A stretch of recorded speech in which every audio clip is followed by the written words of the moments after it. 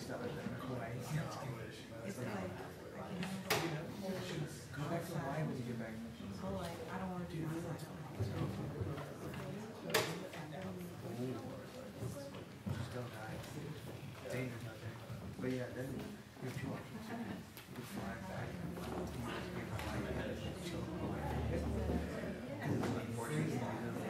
I guess it was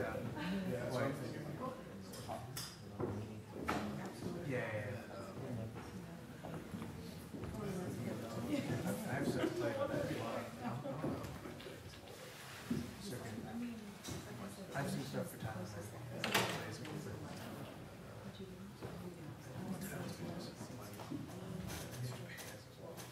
Very expensive.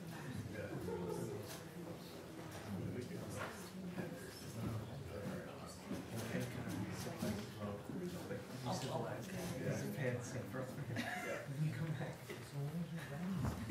By the time you get home, you're just gonna be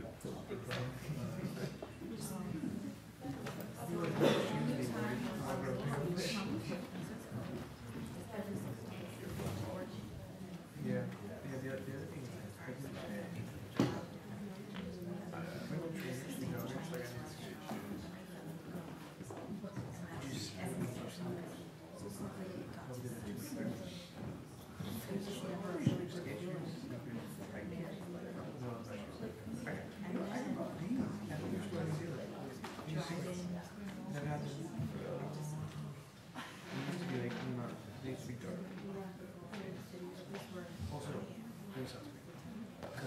because the ozone hasn't fully healed, so it's burning holes. Not that I don't like it.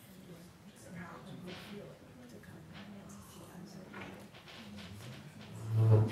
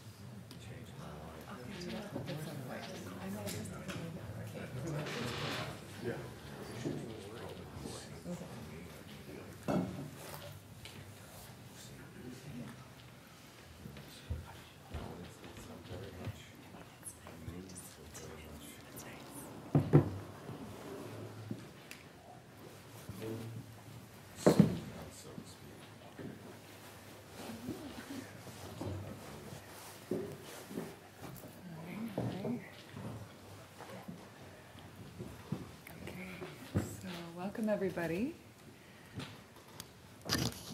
Happy Valentine's Day.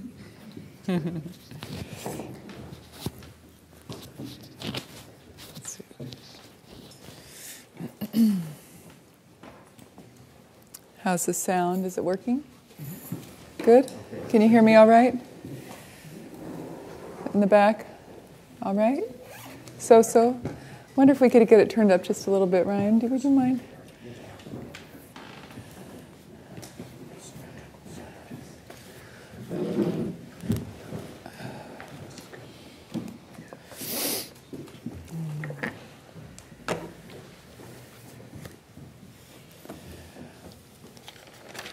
Okay, testing.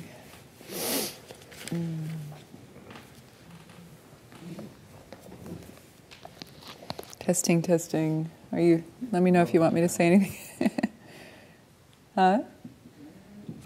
Okay.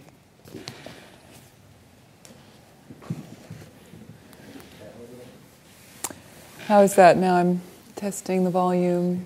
Is it better? Yeah, it's better. Thank you. Okay, so we're going to start with our 30-minute meditation. So go ahead and make yourself comfortable. Make yourself comfortable. That doesn't sound very good, does it? Make yourself. Allow yourself. Then that gets overused too. Allow your muscles to relax. Okay, muscles. Relax. One thing that's fun to do is to inhale. You can just watch. Inhale and then, yeah, let's do that 3 times. Inhale.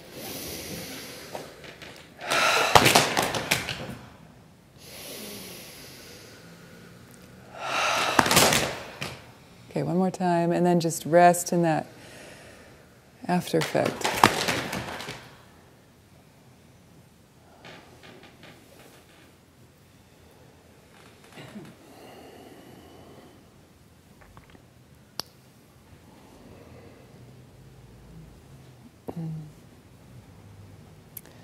The 7-point posture of Vairochana, the Buddha Vairochana,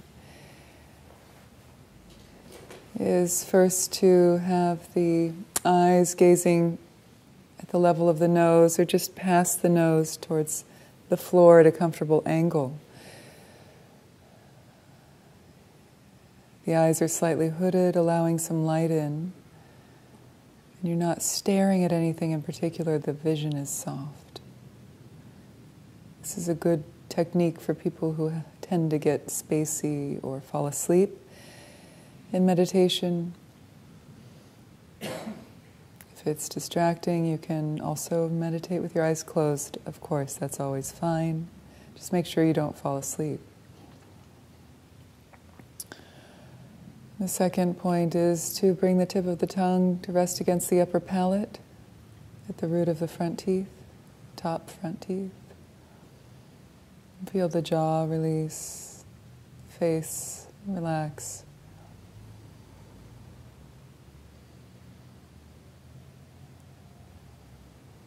The third point is to bring the chin slightly in towards the center of the throat. This helps to elongate the neck, the space at the base of the skull.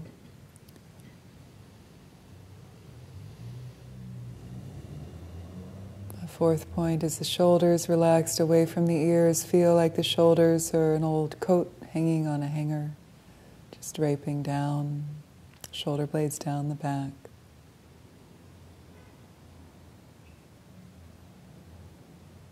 The fifth point is the arms relaxed. The arms relaxed, the hands either resting on your thighs, face down or face up, or on your lap.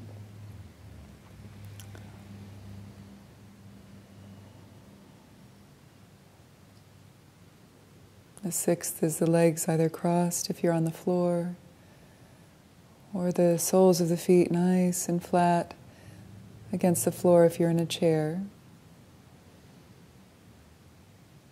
And the final is the spine, nice and straight like a stack of golden coins, aligned with gravity.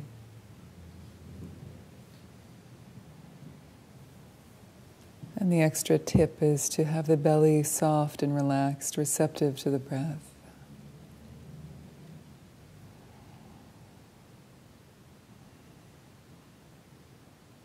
Take a moment to arouse your heartfelt motivation for your practice. Feel the heart tender, awaken that deep aspiration to wake up for the benefit of self and others, the twofold benefit, oneself and all beings.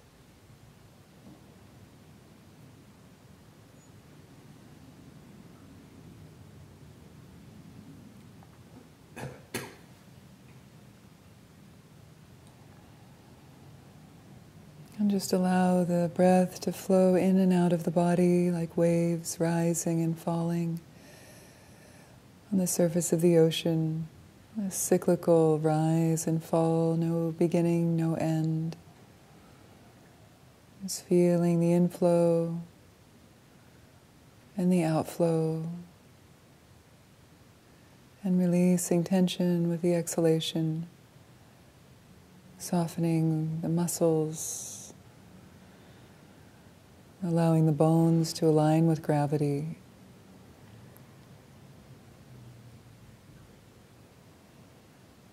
And feel the inner body soft, the organs, space around the organs. And sensing the field of sensations within the body from the crown of the head to the soles of the feet.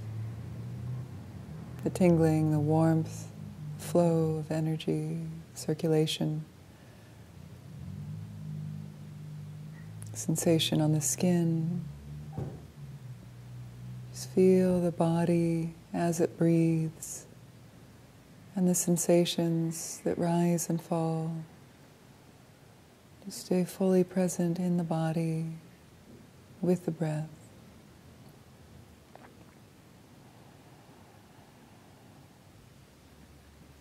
Releasing distraction, releasing grasping.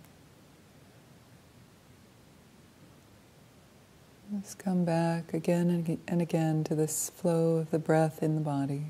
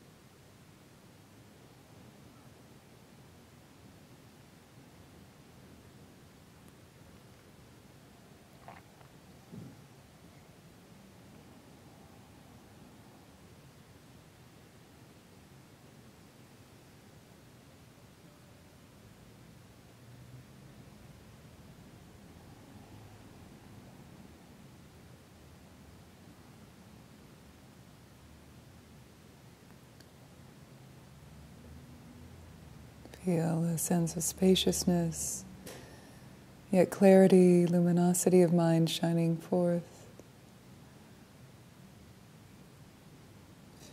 Sense that awareness that pervades thoughts, that pervades sensations, that pervades all of your sensory experiences. There's always this awareness present, whether you're awake or asleep, happy or sad, thinking a lot or in deep absorption. There's always this quality of awareness, a wakefulness, like the sun that's ever shining.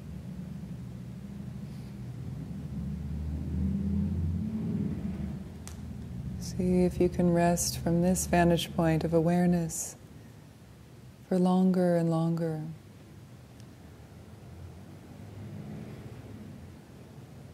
See if you can release thoughts and spend less and less time wrapped up in the mind movie, the clouds that rise and fall within the space of the mind, but they are not the mind. Identify that awareness and then rest. Rest in that luminous, wakeful, spacious, unbound awareness.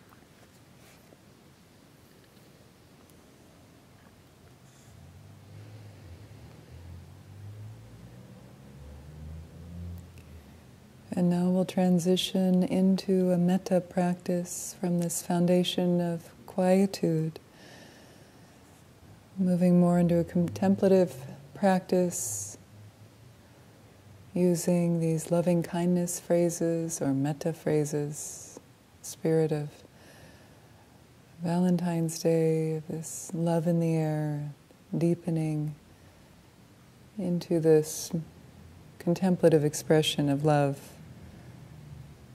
It goes beyond attachment, aversion.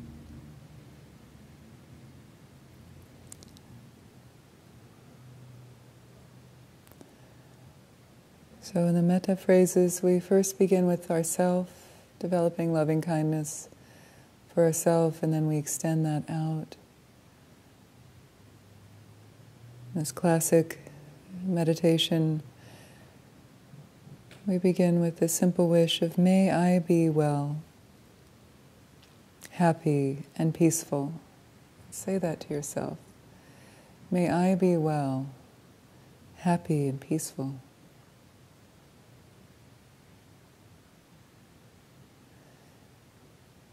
May no harm come to me.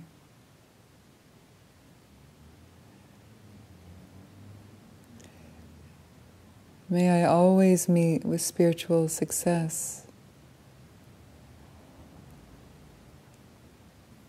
And may I also have patience, courage, understanding, and determination to meet and overcome inevitable difficulties, problems, and failures in life.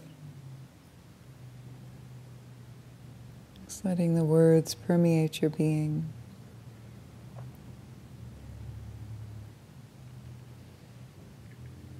May I always rise above them with morality, integrity, forgiveness, compassion, mindfulness, and wisdom.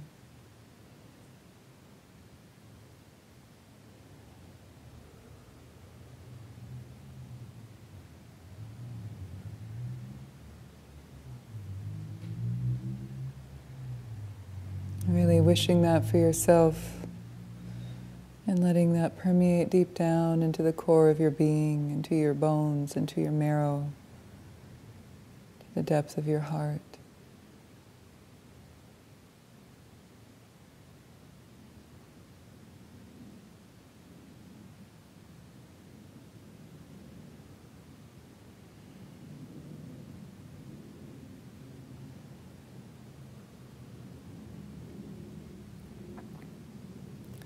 Now we extend these prayers outward, first to our parents. May my parents be well, happy, and peaceful. May no harm come to them. May they always meet with spiritual success.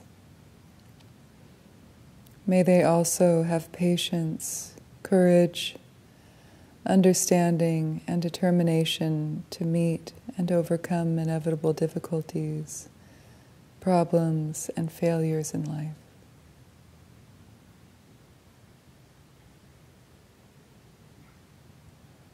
May they always rise above them with morality, integrity, forgiveness, compassion, mindfulness, and wisdom.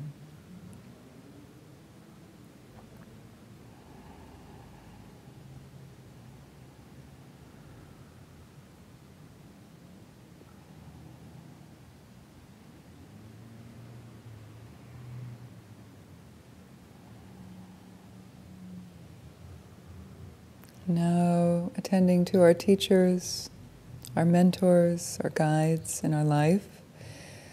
May my teachers be well, happy, and peaceful. May no harm come to them. May they always meet with spiritual success.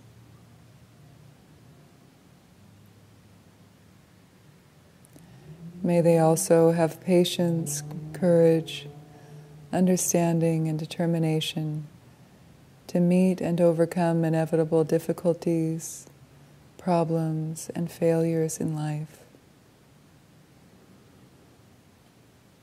May they always rise above them with morality, integrity, forgiveness, compassion, mindfulness, and wisdom.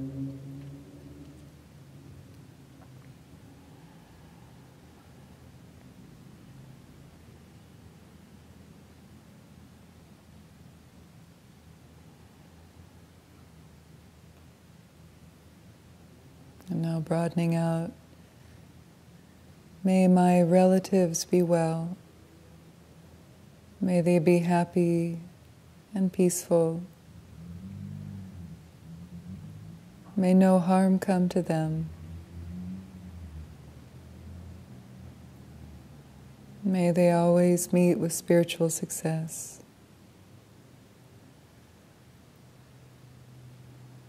May they also have patience, courage, understanding, and determination to meet and overcome inevitable difficulties, problems, and failures in life.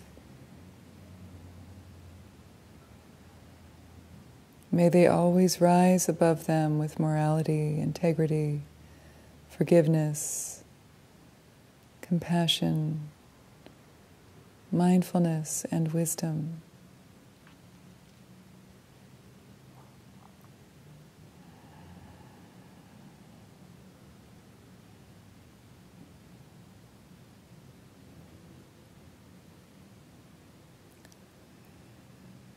May my friends be well. May my friends be happy and peaceful. May no harm come to them. May they always meet with spiritual success.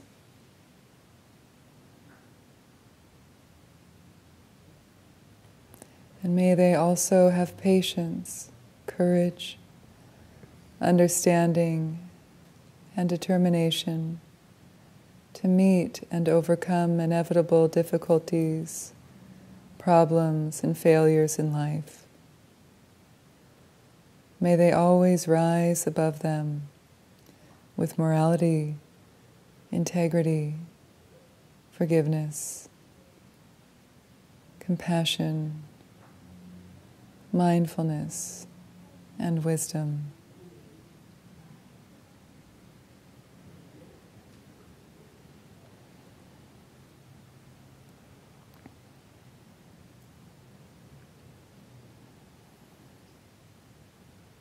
May all indifferent persons be well. May all those I neither feel friendliness or aversion towards, these indifferent people in my life. May all indifferent persons be well. May they be happy. May they be peaceful. May no harm come to them.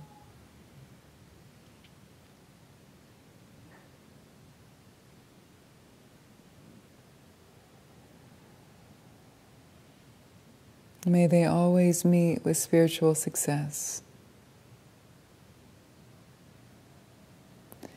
And may they also have patience, courage, understanding, and determination to meet and overcome inevitable difficulties, problems, and failures in life.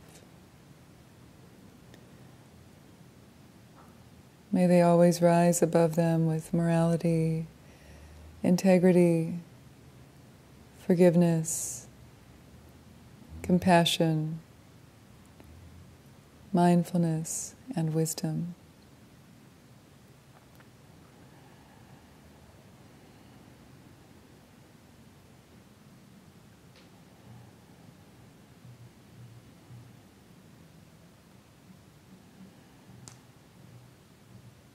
And may all unfriendly persons be well.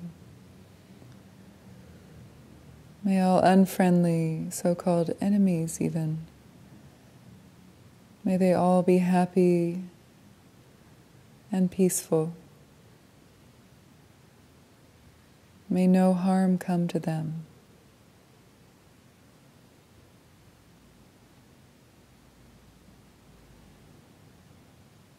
May they always meet with spiritual success.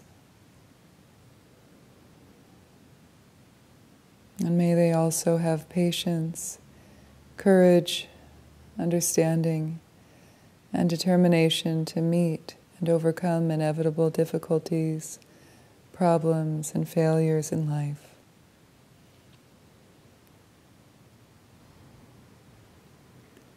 And may they always rise above them with morality, integrity, forgiveness, compassion, mindfulness, and wisdom.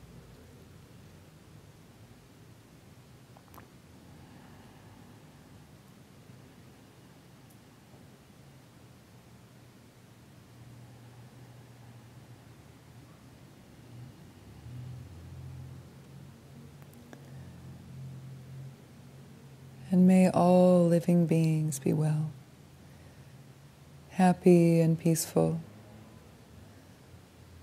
May no harm come to them.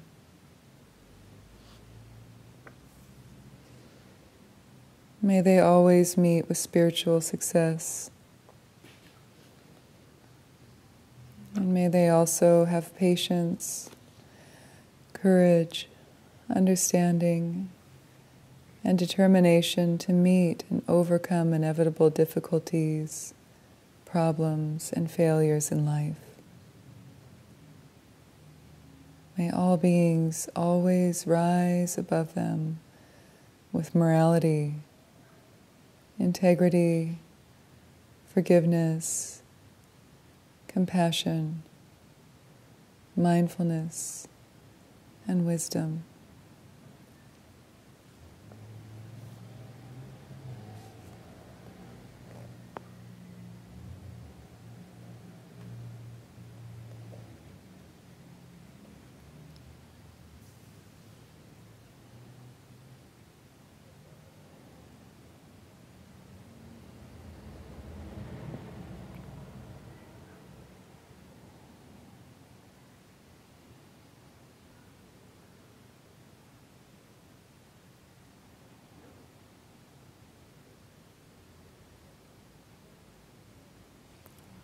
And allowing any tenderness of the heart, any awakening, permeate your being. This is the heart of the Bodhisattva, the heart of one who cares for beings, who wishes that all beings find their freedom from suffering.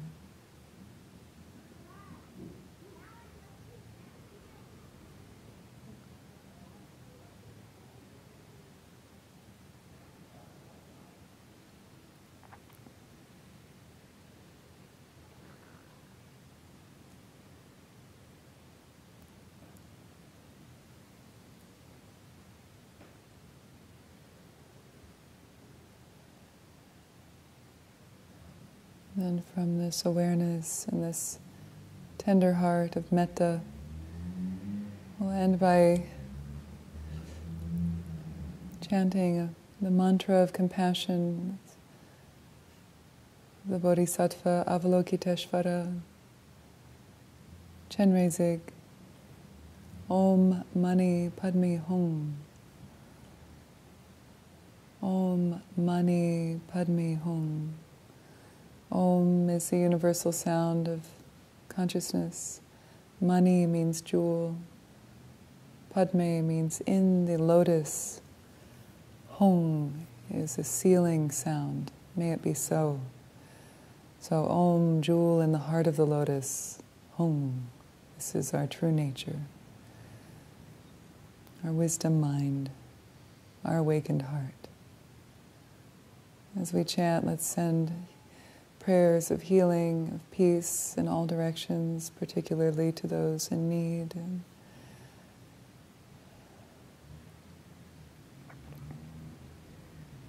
You can listen to the melody and then join in when you're ready. Don't be shy. Enjoy the devotion, the offering of this prayer out loud. Om Mani Padme Hum, Mani Padme Hum, Om Mani Padme Hum, Om Mani Padme Hum, Om Mani Padme Hum, Mani Padme Hum. Om Mani Padme Hum. Om Mani Padme Hum. Om Mani Padme Hum. Mani Padme Hum. Om Mani Padme Hum. Om Mani Padme Hum. Om Mani Padme Hum. Mani Padme Hum. Om Mani Padme Hum. Om Mani Padme Hum. Om Mani Padme Hum. Mani Padme Hum. Om Mani Padme Hum. Om Mani Padme Hum. Om Mani Padme Hum. Mani Padme Hum. Om Mani Padme Hum. Om Mani Padme Hum. Om Mani Padme Hum. Mani Padme Hum. Om Mani Padme Hum. Om Mani Padme Hum. Om Mani Padme Hum. Mani Padme Hum. Om Mani Padme Hum. Om Mani Padme Hum. Om Mani Padme Hum. Mani Padme Hum. Om Mani Padme Hum. Om Mani Padme Hum.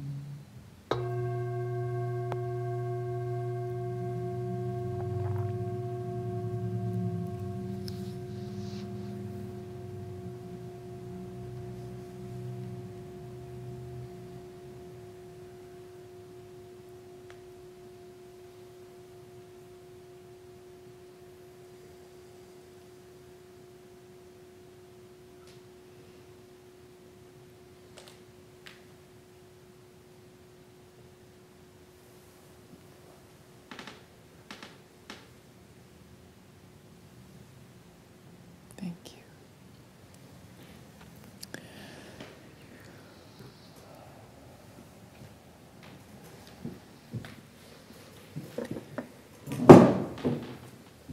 So if you would like, now we're going to take a little break, about a 7-minute break or so to get some tea or use the bathroom. There's a tea station over there, 2 bathrooms and 1 bathroom here. And then also feel free to introduce yourself, say hi to your neighbor. If you're new, it's a nice way to cultivate community. If you'd like to stay in a contemplative mode, that's okay too.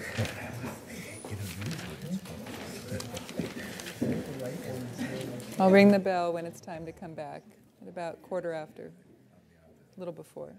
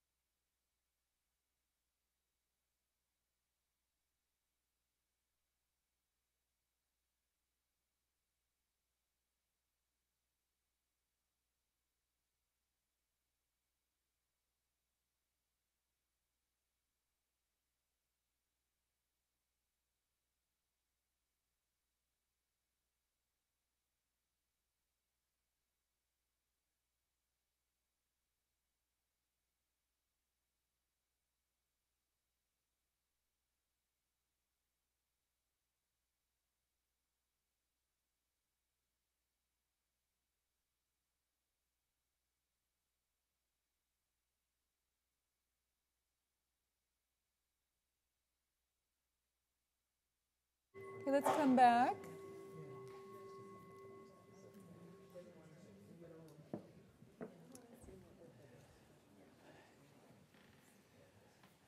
So a couple announcements, and then we'll continue. So I'm Ryan. I'm one of the volunteers, and Amy's back there running the camera. The first thing is that it's great to have all you guys here. It's nice to see this room so full. So the center is run on donations, so whatever you're able to give is super helpful. There's a basket in the back by my little lighted desk there, and if we take credit cards, cash, whatever you got, and then there's also all kinds of flyers up there for day-longs, different class series that are going on, retreats. I think Chandra here can talk about a couple of them. But I'd love to answer any questions or introduce myself, say hi. So yeah, nice to have you all. Thank you. Thanks, Ryan. Yeah. Great. Yeah. So two workshops that I'm taking part in. One is Refuge Recovery and Feeding Your Demons. Noah Levine and I are going to teach 2 days, March 3rd and 4th, on these two very important practices, and they go really well together. We've taught this together, and we both feel that Feeding Your Demons really helps support the refuge recovery work in the community. So come on out to that. You can either do just Saturday or Saturday and Sunday, but not just Sunday, because then you will have missed the introductory work. So that's here on March 3rd and 4th, and then we're doing a Women's Day long with Eve Ekman, Pawan Bareja, Juliana Sloan, and I, called A Liberated Heart, Opening to Love, Compassion, Equanimity, and Joy. It's the 4 Brahma Viharas, or the 4 immeasurables. Each of us are going to teach on one of them and guide a meditation, so that's open to all women or people who identify as women. Welcome to come. When is it? It's on March 20, for the dates are really small, and I forgot my glasses at home. March 24th. 10 a.m. to 4 p.m. And the timing is the same for the Feeding Your Demons and Refuge Recovery. 10 a.m. to 4 p.m. is usually our day-long schedule here. So people are welcome to ask questions after class, or either Ryan or I. Awesome. Thank you. Thanks. Okay, so I had to do the metta because, the loving kindness meditation, because I just felt like I wanted to acknowledge it's Valentine's Day. And offer all of us an opportunity to expand maybe our experience of what we think of as love, especially on this day that seems kind of, maybe not narrow, but can be narrowed to just romantic love. Loving kindness, or metta in Sanskrit, metta in Pali, M-E-T-T-A, or maitri, M-A-I-T-R-I in Sanskrit, means loving kindness, or simply love, also is another way of translating it. And it's different from obviously it's different from this kind of more confused romantic love that is kind of so riddled with attachment, right, and projection and all of that. And it's said that the near enemy of loving kindness is attachment, and the far enemy is hatred. So the polar opposite is hatred. And then the near enemy, the one that's kind of sneaky and a little kind of subversive, you might not even know if it's there, is this attached quality, the holding on for dear life, or maybe even strangling that love through the attachment. So I thought I would invite that into the space so we can all think about maybe being reflective around areas where we might have that quality of fusion or projection, or too much merging with another, overly identified with the other. I know that can happen a lot with people who are married for long periods of time. and maybe not even that long at all, it just happens. And that's kind of riddled with that near enemy of attachment. So the kind of more authentic love that's not invested in or attached to or possessing, but rather loving with more of a sense of spaciousness. And that includes loving ourselves, not being too overly invested or attached to who we think we are. That's an important thing too. Any questions or comments or reflections about that? How are you experiencing your V-Day?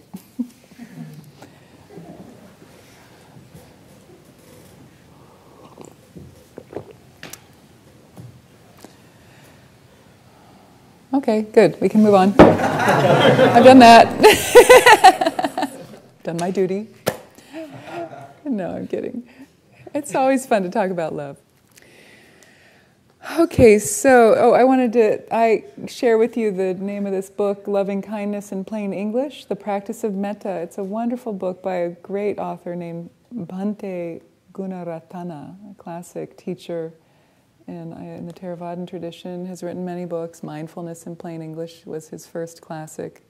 So Metta, or Loving Kindness in Plain English. And in the back of his book, he has about 4 different nice meditation guided scripts. So I read from the first one as an offering for you all tonight. There are many different ways you can practice metta and meditate on metta. You can make up your own phrases even, and just repeat them again and again, starting with yourself. Then a loved one. Here, it was nice. He started with the parents, and then the teachers, and then the family, and then the friends. So we're kind of moving outward and getting a little bit more and more distant or more uncomfortable in a sense, because then we move to the neutral people, and then the unfriendly, he phrased it unfriendly, sometimes called the so-called enemy, and then extending out to all beings. So all metta and tonglen, for the most part, has that type of progression, working from self, graduating out to other. Because if we can start to cultivate that capacity to feel compassion for ourselves, our loved ones, I mean, we already naturally do. It's somewhat easy, usually, although sometimes parents aren't so easy if they've been difficult or abusive.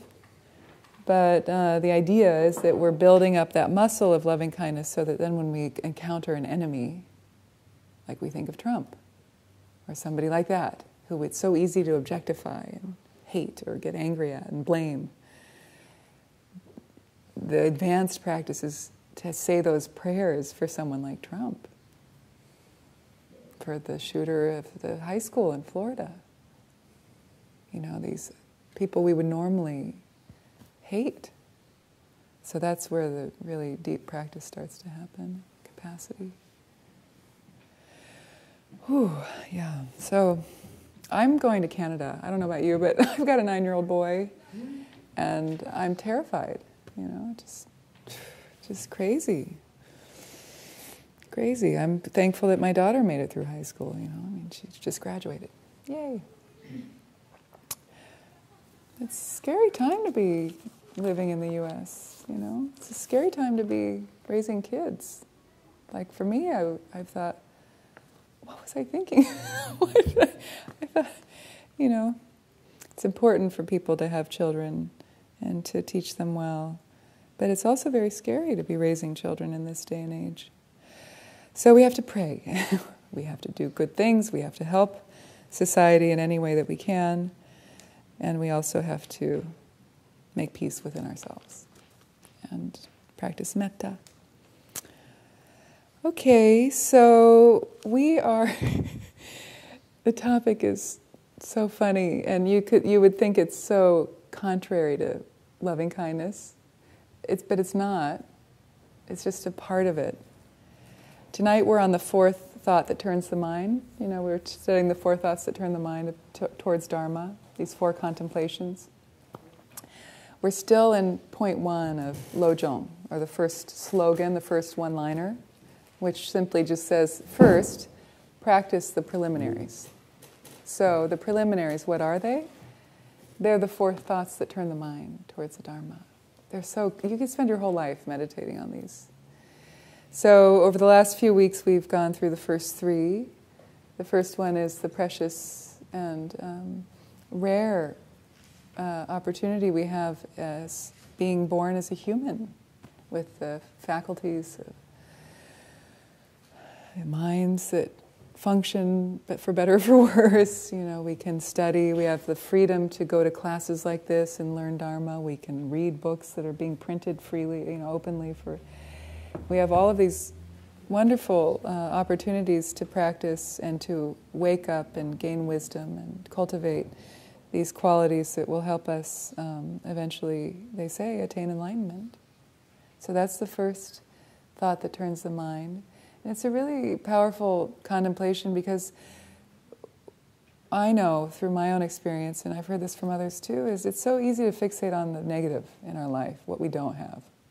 So this is a guided instruction and teachings on how to focus on the good stuff, on what we do have, and not to squander that, not to waste our life in meaningless tasks, but rather choose to do things that will really have lasting benefit. Yes, working out is important because we're in this body and we want to be healthy, but when we die, we can't take the body with us. You know, I don't know if you believe in karma or not, or reincarnation or not, but the idea is, like the Dalai Lama says, well, okay, we can't prove it, but why not just live as if it's going to happen? Because it's a good bet to make, because just in case it is true that you will be reborn and that karma's a thing, then you've lived a good life. It will pay off. And if it doesn't, so what? You've lived a good life. So invest in that part of your life, your spiritual side. Because it's the mind stream, it's called the mind stream, the lugyo. The semgyo is another way to say it, the semgyo. The logyo is another, there's many different terms in Tibetan, but it's this stream. It's said that the mind is like a infinitesimal rising and dissolving of momentary thoughts. Consciousness, that's what consciousness is. It's not a thing. It's ever arising and dissolving, rising and dissolving. It's consciousness. That's why they call it the stream of thought, or the mind stream.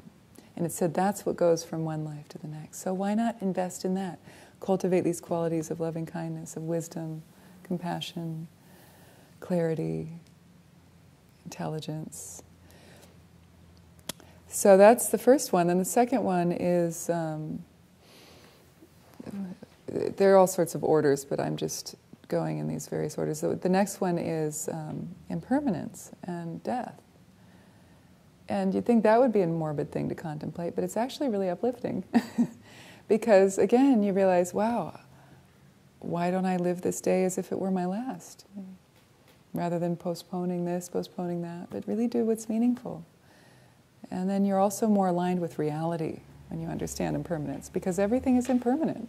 Thoughts, emotions, love even. Maybe not always, but lust is definitely impermanent. Desire, infatuation, hatred even. They say, you know, your worst enemies might become your best friends, and your best friends might become your worst enemies. You never know what's going to happen. And then, of course, we don't know when we're going to die. So that's another, the other contemplation. And then karma is the third thought that turns the mind towards the dharma, meaning karma, contemplate cause and effect, that every action has a reaction. So why not sow positive seeds rather than negative seeds? And so tonight we find ourselves with the fourth one, which is the unsatisfactoriness of samsara on Valentine's Day. It just seems so ironic that this topic landed on this day. We were lucky last year on Thanksgiving. Remember the Lojong slogan that we landed on last, for those of you who were in class? Be grateful to everyone. That just happened by mistake. I did not plan that. That was one of the last slogans of the year. Be grateful to everyone. That was an interesting topic. On Thanksgiving, or the day before Thanksgiving, something like that. So, unsatisfactory nature of samsara. Okay, first of all, what is samsara? Samsara means wheel in Sanskrit, or round of existence. Here it means going round and round, from one moment to the next, from one thought to the next, from one experience to the next, but also from one life to the next. This wheel of samsara, of going round and round in a circle.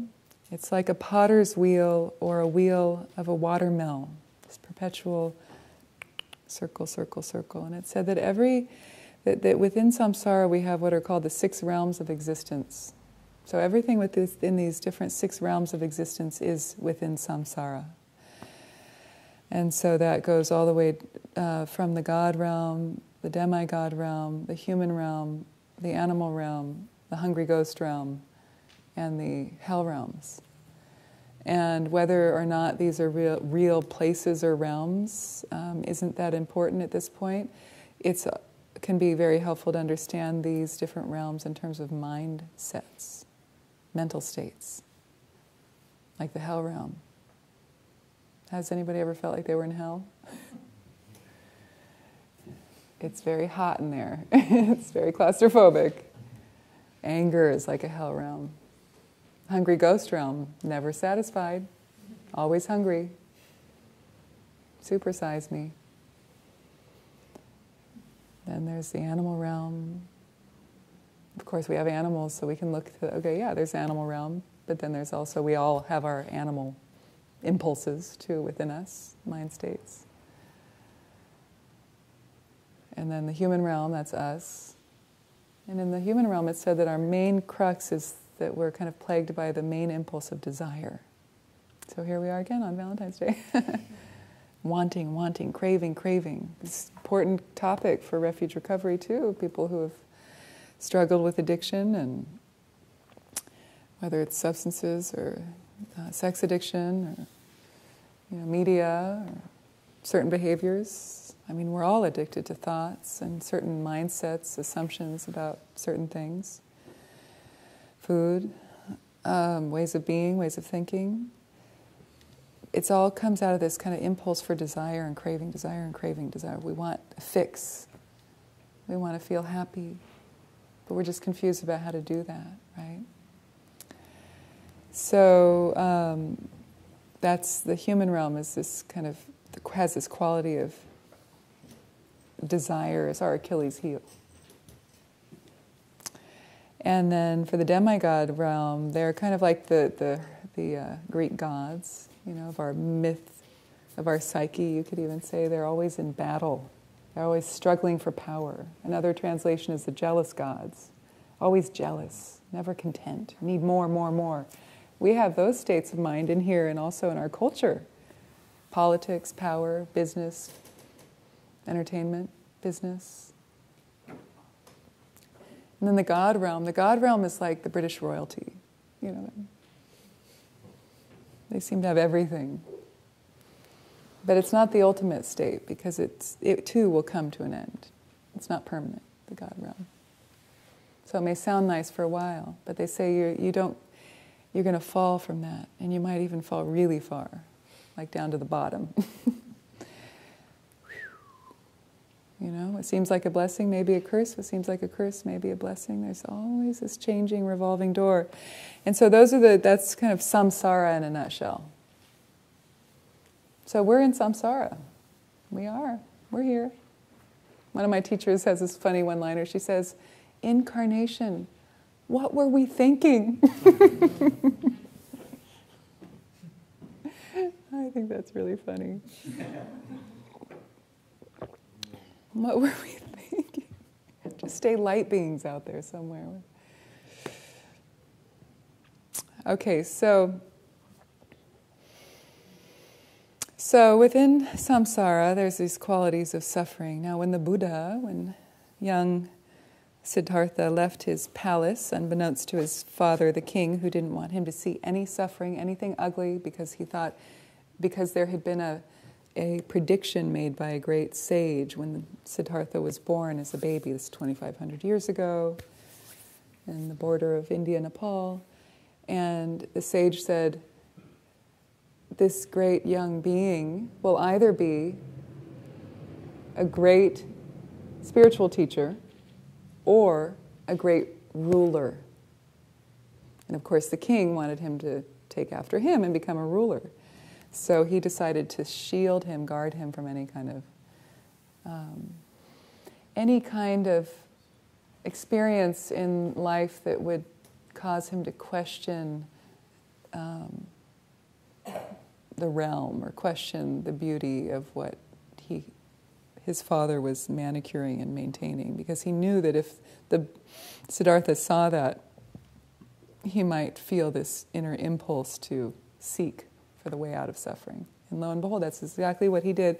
Like any teen, he rebelled and snuck out at night and asked his charioteer, Channa, to take him around the town. Or maybe it was in the afternoon. He took him around, and they traveled around the village and the surrounding area, and he had these 4 sights, which he saw like a baby, a young child, so birth, then old age. He hadn't really seen old age. Apparently his father had guarded him from anyone who was getting old. Then sickness and death. So these are the 4 main streams of suffering that we all will experience, have experienced at certain stages in our life. So that is one aspect of how samsara is unsatisfactory, because we cannot escape those 4. We were born. Eventually we will or have been sick. We'll get old and we will die. And then, just in case that wasn't bad enough news, I'm going to keep going into this suffering nature of existence. Why is being born a suffering? Well, it's just a part, it's because anything that's born must die. But I mean, have you ever seen a birth? I mean, you say you meant It's definitely giving suffering. birth, sure. Giving birth, but the baby definitely is squeezed. If you see the head comes out, it looks like an egg. Thanks. Thank God the memory is wiped away, and there's hopefully no memory of being born. But the mom remembers to a certain extent, but with more time, the mom also kind of forgets. I mean, yeah, it's practical forgetting, because then you'd never do it again. So there are also what are called 3 aspects of suffering. First, I just want to say that this kind of discussion around suffering is, it has a happy ending. No, I'm kidding.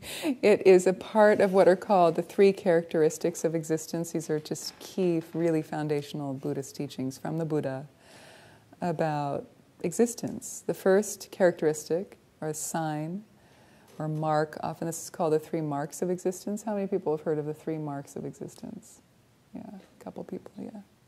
So the first one is impermanence, which was one of the contemplations that I already listed. The second is this unsatisfactoriness.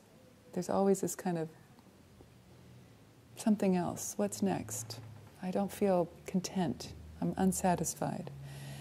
So this term in Sanskrit is dukkha. Dukkha, D-U-K-K-H-A.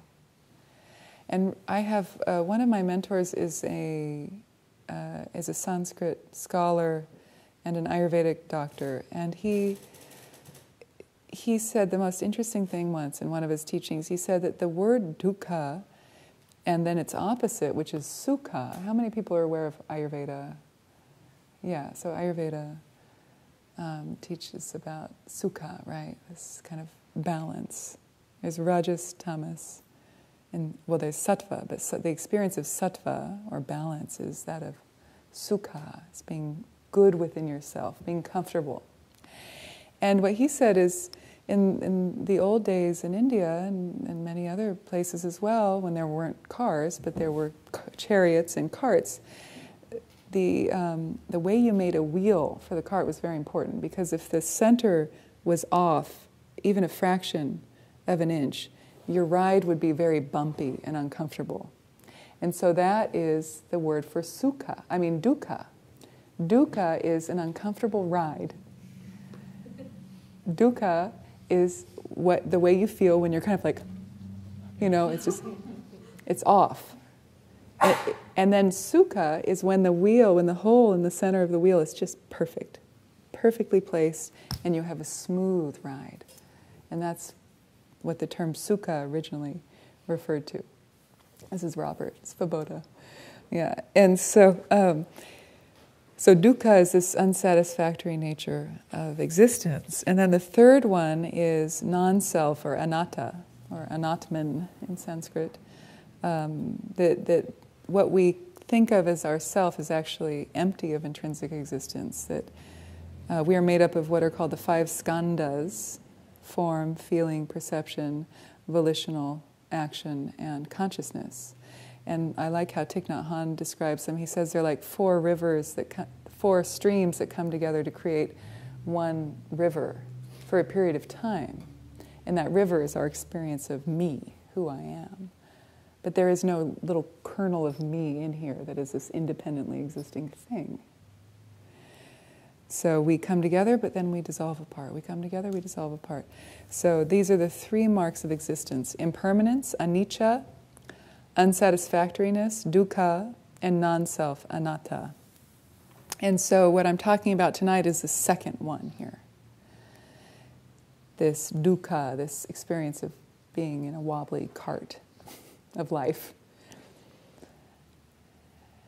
And the Buddhists are so good about talking about suffering. I'm going to go deeper into it.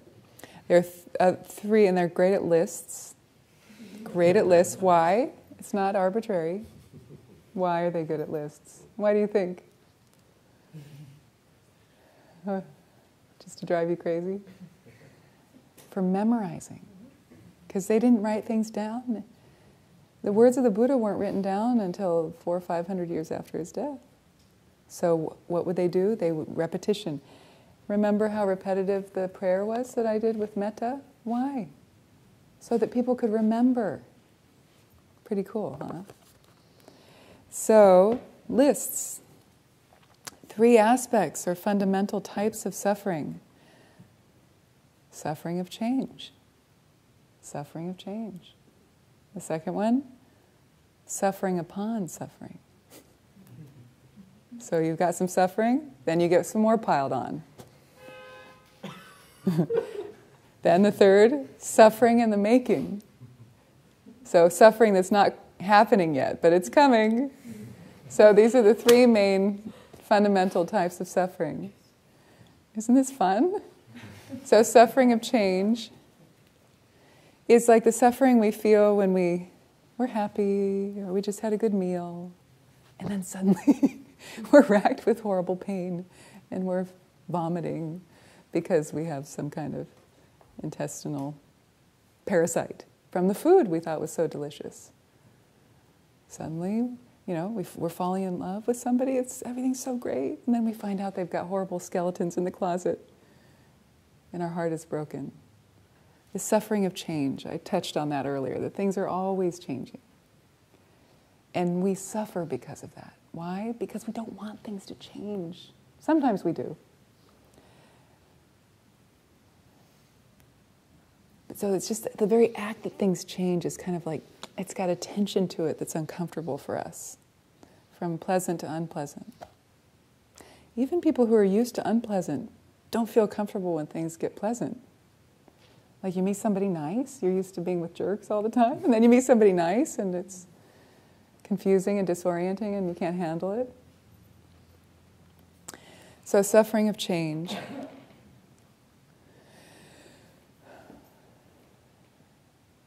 So one moment we're fine, and then the next moment an enemy plunders our wealth or our belongings, or a fire burns down your house, or you receive some terrible news. So our sense of well-being can change at any moment, and so that's one way we suffer. Then the next is suffering upon suffering, right? The second aspect. So it's like, you sprain your ankle and then, you fall over and you get a concussion. Like suffering upon suffering. Throw some ideas out. Has anything happened to you lately that's been like suffering upon suffering? Sprain your ankle and then you sprain your wrist. Yeah. There's so many ways we can suffer. It's sad. We can lose a loved one and then we lose a job, or things sometimes happen in threes too. It kind of like, why does that happen in threes? I hope it doesn't always happen in threes, but oftentimes it'll kind of feel like it's raining suffering for a little while, and then we get a respite. So suffering upon suffering is, like you get foot surgery and then you've got to have knee surgery. It's like, hopefully these things are, the good news is they're impermanent, these negative states. So then the third is suffering in the making. This is interesting. So even when we seem to be fine, don't get too confident, because things, even when things seem to be going well, we are almost always, it's said, creating causes for future suffering. Unknowingly, we are sowing the seeds of suffering through our actions, through what we say, but also through like what we eat, our diet. If you eat meat, we're connected to that chain of cause and effect. We're creating a demand for meat. We're causing some form of suffering that way. I mean, truth be told, even just dairy and animal products, we are involved in that karmic setup. Driving a car, riding a bus, flying in an airplane. We are, even if the motivation is good, we are somehow accruing certain karmas that we may have to pay off someday. Even just paying taxes to the U.S. government, I'm horrified to think what they do with our money. War.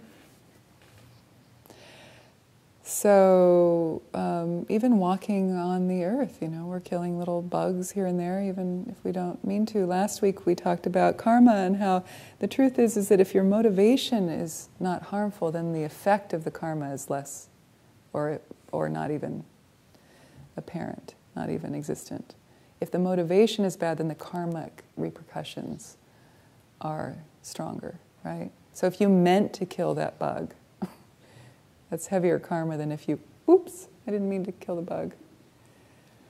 So motivation is very important. So it's important also not to get too paranoid or uptight about things.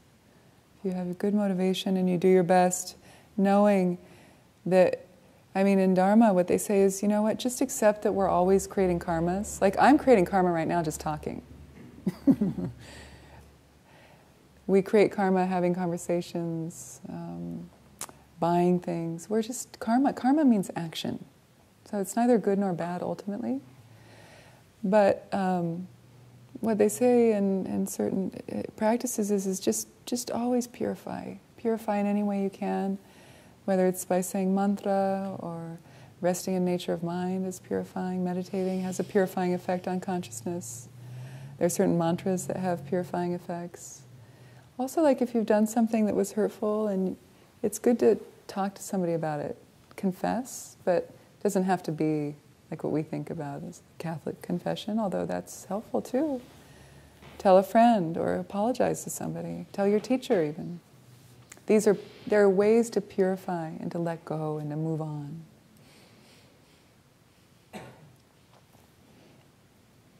Okay, so I'm done with that. I want to read a couple poems.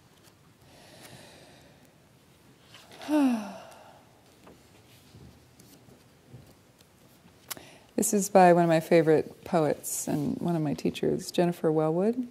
A little booklet that she published called Poems for the Path.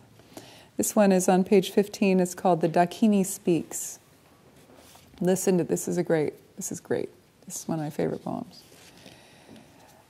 My friends, let's grow up. Let's stop pretending we don't know the deal here. Or if we truly haven't noticed, let's wake up and notice. Look, everything that can be lost will be lost. It's simple. How could we have missed it for so long? Let's grieve our losses fully, like ripe human beings. But please, let's not be so shocked by them.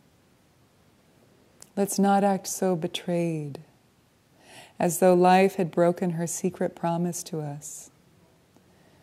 Impermanence is life's only promise to us, and she keeps it with ruthless impeccability. To a child, she seems cruel, but she is only wild, and her compassion exquisitely precise. Brilliantly penetrating, luminous with truth, she strips away the unreal to show us the real. This is the true ride, Let's give ourselves to it. Let's stop making deals for a safe passage. There isn't one anyway, and the cost is too high. We are not children anymore. The true human adult gives everything for what cannot be lost. Let's dance the wild dance of no hope.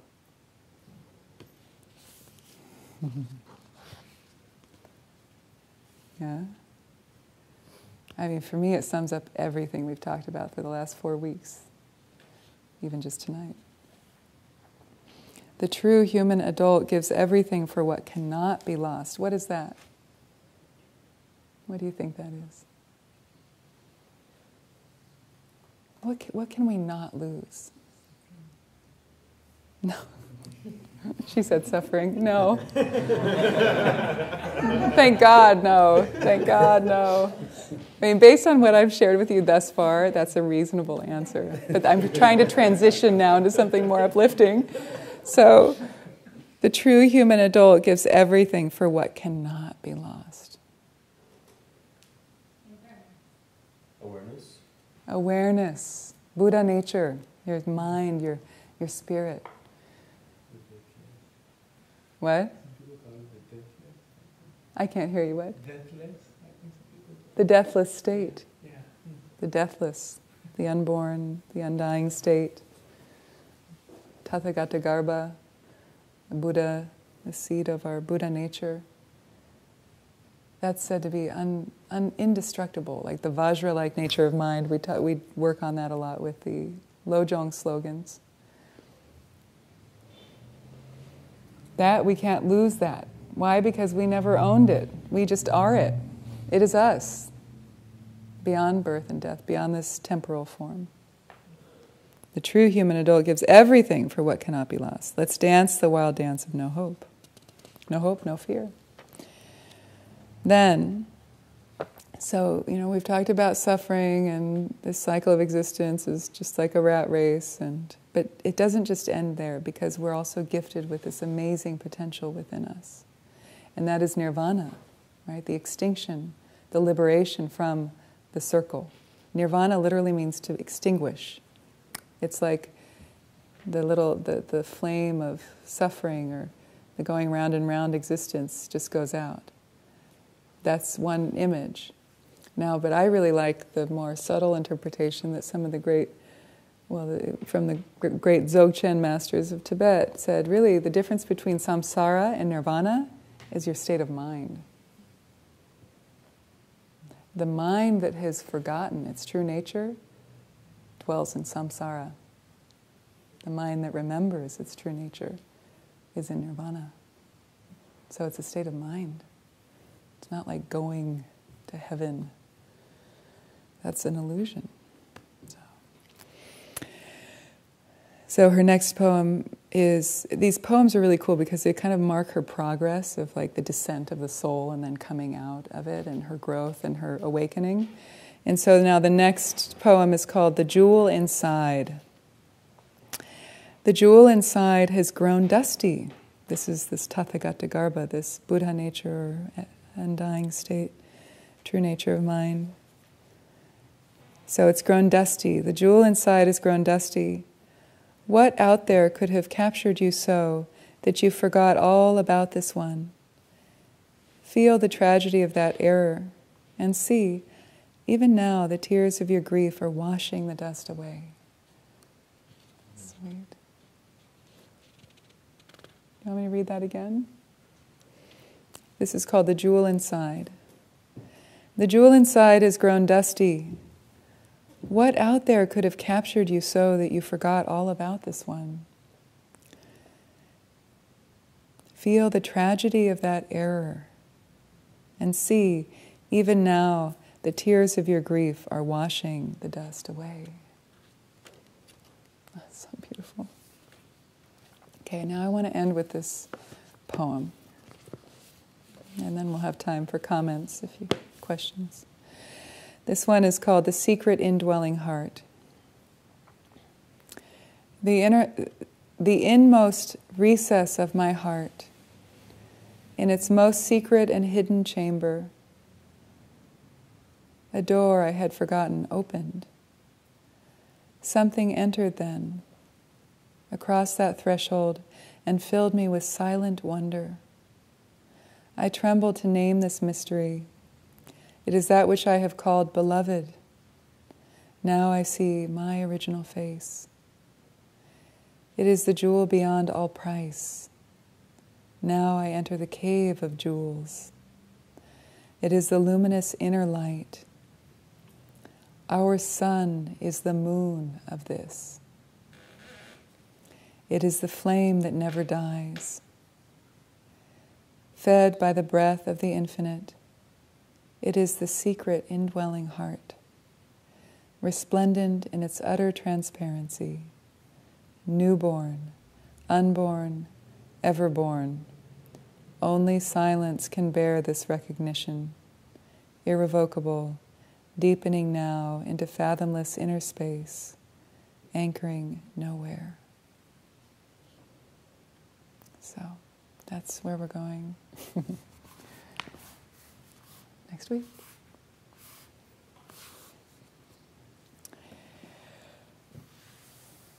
There's really nowhere to go. It's here right now. So any reflections, questions? Yes? So as part of the five aggregates that you mentioned, Yeah. there's consciousness. Yeah, right?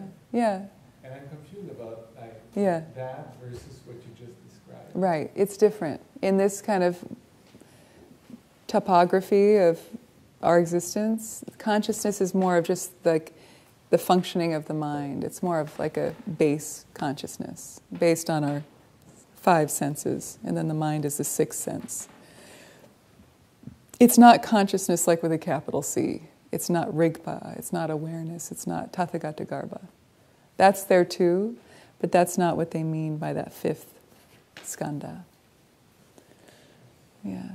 It's like you've got form, right, which is made of the five elements, that's the first. Then feeling, which comes about by being in form, right? When I make contact with something, because I'm form hitting form, I have feeling.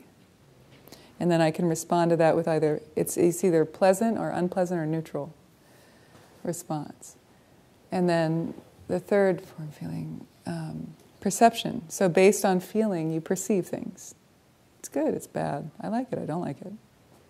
Pleasurable, I want it. Unpleasurable, I don't want it, right? That's perception. That's the third one. Then the fourth is volitional action. There are different translations for that, but literally it's samskara, which means like your imprints. Samskara kind of literally sounds like skar is in there, the word skar in English, so it's like our karmic scars. It's like the grooves. This samskara is made up of our karmas, our propensities. What do we like? Were we born as a man or a woman? Did we have karmic propensities towards one or the other? This country or that country? These circumstances, that circumstances. Children, they come in so different. They're coming in with these samskaras, these propensities. And then fifth is consciousness. And that's the consciousness that, it said we have the perception through our five senses, right? The nose, the eyes, the tongue, the ears, and touch. And then there's a consciousness associated with each one. There's the eye consciousness, the nose consciousness, the tongue consciousness, the hearing consciousness, the touch consciousness. And then there's a sixth sense, which is the mind in Indian thought. And so that's the kind of consciousness we're talking about with. It doesn't mean that the early Buddhists didn't account for Buddha nature. They talked about tathagata garbha, which is our seed of Buddhahood within us. So we all have that. It's like our spark. And like Shaivism, they talk about that. Like that our consciousness is a spark of Shiva. We all have that within us. Okay? Anyone else? Is this interesting to you? I have another question. Let's just see, does anybody else have anything? I just want to spread the love a little bit. People who don't tend to ask questions, it's fun to hear from you too. Okay, it's all yours. So train, the preliminaries, Yeah. the word train, I Yeah. was wondering about that. You Yeah. mentioned contemplation. Uh-huh. So Yeah. what does that mean? Like in practice? Yeah. Like, Yeah. The training in Lo Zhong is mind training, right? Lo, it means mind, and Zhong means to train, but it also means to purify. So it's like we're purifying our negative habits into positive. We're kind of retraining the mind in ways that create more positive states of mind. So these contemplations, these one-liners that we're going through each Wednesday, in the Lo Zhong slogan, there are 59 altogether, right? So we're on number 1. And so these are meant to be contemplated, internalized. It said that here I go with my lists. There's study, contemplation, and meditation. That's how you really deepen into your studies, into your dharma practice. First you hear or you read something, and then you contemplate it. Did that make sense? And if it did, if you want to go further with it, then you would take it into meditation and you'd really deepen your understanding of it in meditation. It's called Tu Sam Gom Sum. It's a classic way of developing what's called wisdom. Tu is hearing, Sam is contemplating, Gom is to meditate. So, hey, these guys have been doing it for eons, for so long. They've got it down. We're just like babies learning all this stuff. It's amazing. Like Robert Thurman says, the Indians were psychonauts, meaning like we're astronauts. We're going out there. We want to go to Mars in our red roadster, playing David Bowie. But like these other cultures like India, Tibet, China, you name it, Burma, Thailand, they went in. And then they traversed these states of being that were so profound and blissful. And they made maps. And here we think meditation is just a relaxation exercise. It's really sad, actually.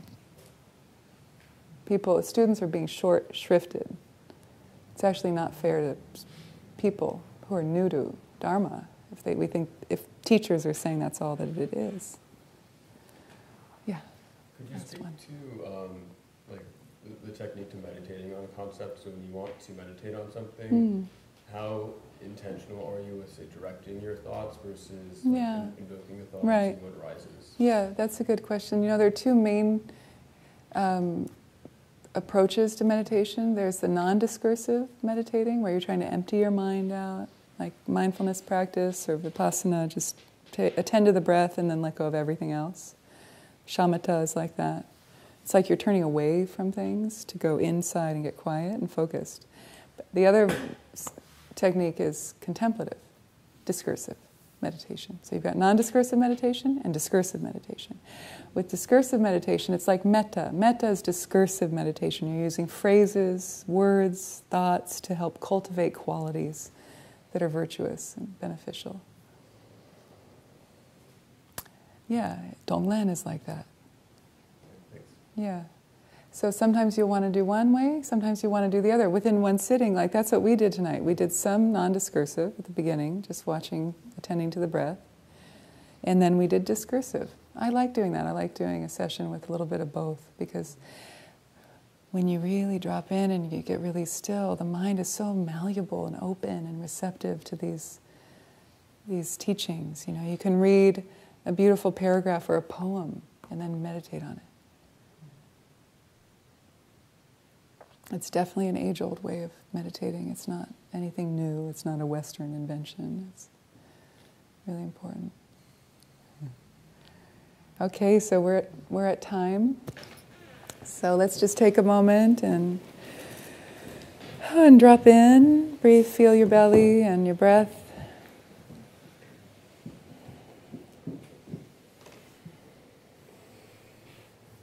Let's take a moment to dedicate any positive energy or merit that's come about through our practice for the benefit of this strange world we find ourselves in, the benefit of all beings everywhere, sending this out like the rays of the sun.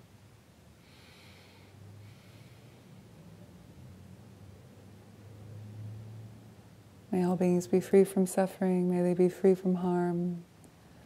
May they find peace and refuge.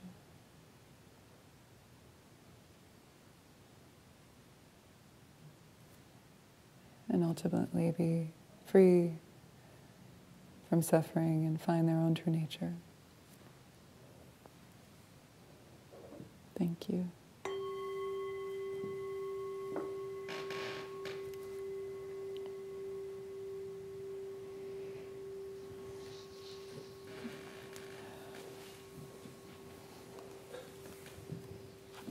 If you liked the poems in this book, you can come up and you can order them.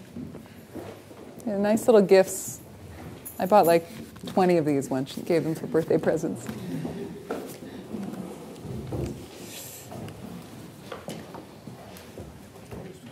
Thanks, everybody. See you next week.